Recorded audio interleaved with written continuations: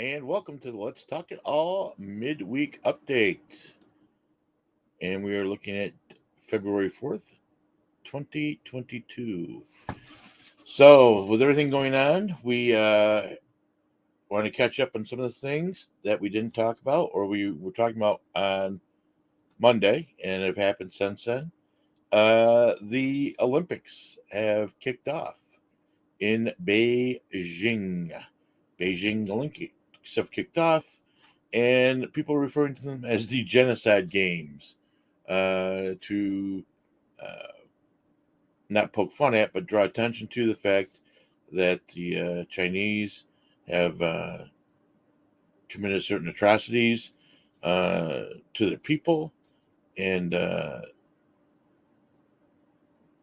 it is amazing that the world is good with holding the Olympics in their country. Slave labor, uh, killing off whole groups of people, uh, the whole nine yards. And but the United States did take a firm stance, a clear message. And although we send our athletes there to participate, we did not send diplomats to watch. We have to watch from home and help increase the NBC shares for their television thing. So good, clear, sound message from the United States. Uh, Amazing, just amazing. Along with that, a little update on the Joe Rogan, Spotify artists who believe in censorship. Amazing. Um, Joe Rogan, there's still pressure in this guy, still having a hissy fit because he had medical experts on his podcast that had a different point of view than the administration experts.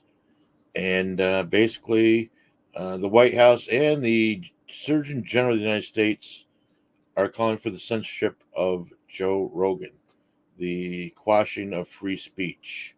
Welcome to America.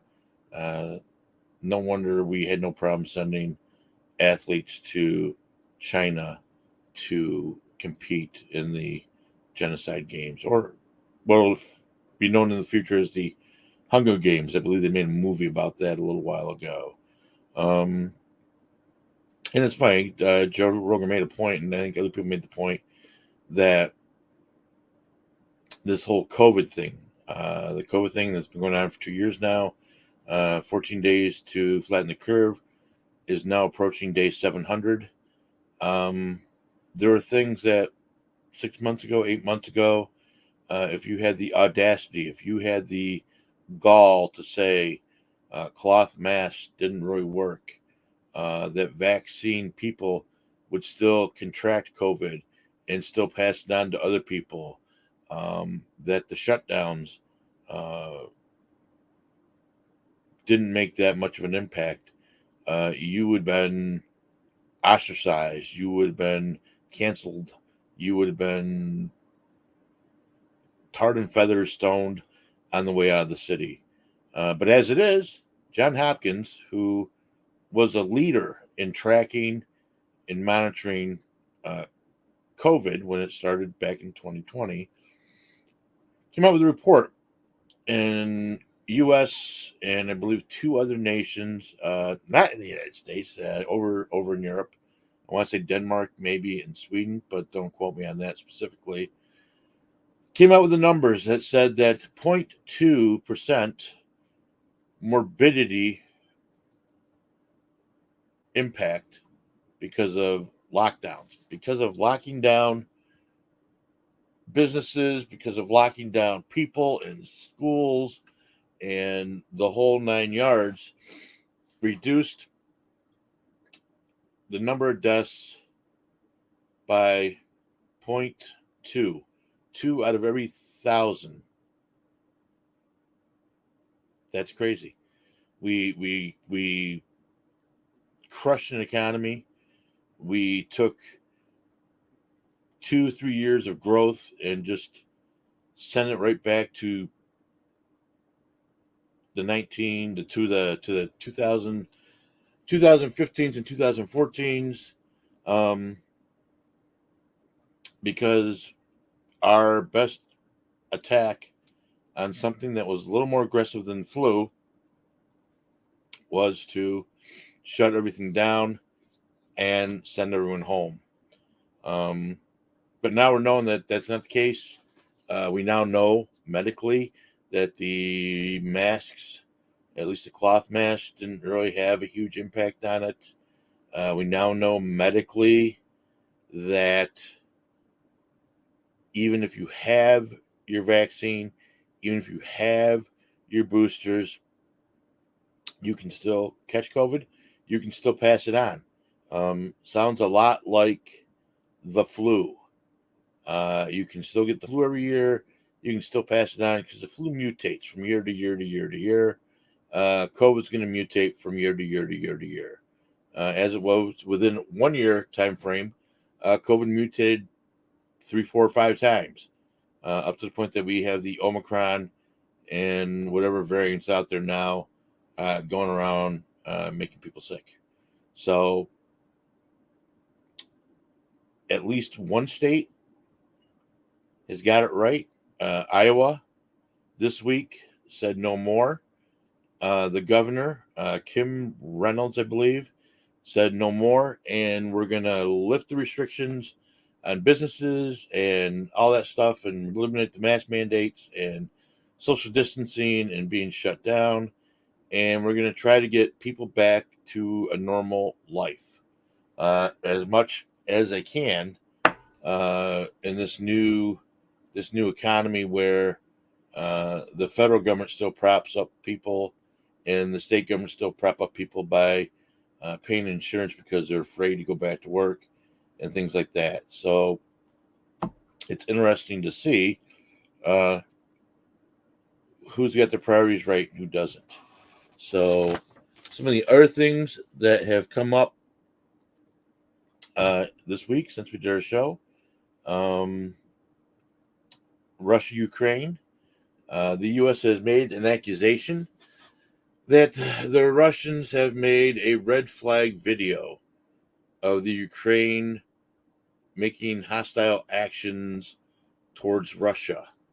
Red flag video. Interesting because that is a U.S. ploy. It's a U.S. tactic, specifically CIA tactic, where they fabricate a crisis actors, and try to shift an agenda, shift a narrative to what they want. And there is documentation, declassified material from the 60s that this is something they've used and wanted to use. We talked about it on our JFK special a few years back, and we talk about from time to time that in the 60s, the CIA wanted to do a red flag in Miami to show just how dangerous Cubans were. And as if they weren't going to use crisis actors, they were just going to use the local population to run this dog and pony show. And the president at the time shut it down. That would be JFK. And at that point, JFK, I think, understood how dangerous the current CIA leadership was in 62, 60, 61, 62, 63, and was going to shut it down, was going to expose it, was going to put an end to it. Oddly enough, Kennedy didn't get past 1963 and his trip to Texas, but that's a whole nother story. Oh, what else is going on? Let's see. That's been the big stuff. I'm trying to think what else was going on this week. Ukraine and COVID, and well, those were the big things. Howard Hessman died. Dr. Johnny Fever from WKRP Cincinnati and other shows. And we're sorry to see him go. He was a very funny actor and sitcom person. Other than that, I think that's all we had. Again, this was just going to be a short, quick jump on and get you caught up. We are going to be looking at the Olympics on a Monday show. We are going to be looking at some of Jeff's and mine favorite movies, ones that had impact on us, and ones that have impact on what we're facing now. Movies that were made 10, 20 years ago that mirror what's going on right now with political correctness and canceled culture, not cancer culture, and things like that. So join us for that. We are at www.letstalkitall.com. We are on Podbean, www.letstalkitall.com. And we are on Facebook, which is Let's Talk It All radio show. But it should be an interesting weekend. We got a winter storm hitting us right now. We had probably about 2 inches of ice and sleet drop last night, and we've been snowing throughout the day. And I've kind of been inside, so I've had a chance to work on some things and pull some stuff up. So that's interesting. A couple books out this week that you might find interesting. Red Handed. Look for Red Handed. It's a book about China and its influences on us and how we influence them, and how big business has done everything possible to prop up communist China and put them in the position they're in now to hold things over us. Also, that is the Laptop from Hell.